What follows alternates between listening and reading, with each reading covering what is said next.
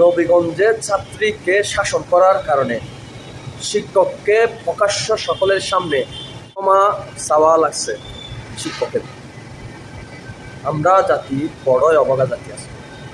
আমরা অভিভাবকরা আজকে সন্তানমুখী হয়ে গেছি।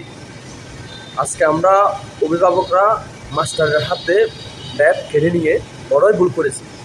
সেই কারণে আজকে আমাদের সন্তানরা আজকে মানুষের মতো মানুষ হয়ে সুশিক্ষিত হয়ে স্কুল কলেজ বা সিটি থেকে বের হচ্ছে না। সব শিক্ষিত বের হচ্ছে। শিক্ষিত হয়ে লাভ কি যদি সুশিক্ষিত না হয়? শিক্ষিত জাতি হয়ে লাভ কি যদি সুশিক্ষিত জাতি না হয়? আজকে সেজন্য প্রত্যেক বড় বড় জায়গায় সবগুলো শিক্ষিত সবাই চুরি করতেছে, বেশিরভাগই শিক্ষিত, কিন্তু সুশিক্ষিত কয়জন আছে? ন্যায় নিষ্ঠাবান ব্যক্তি কয়জন আছে? আফসোস, এরকম ঘটনা এগুলো দেখলে আফসোস লাগে। অথচ আমাদের সময় কীরকম ছিল?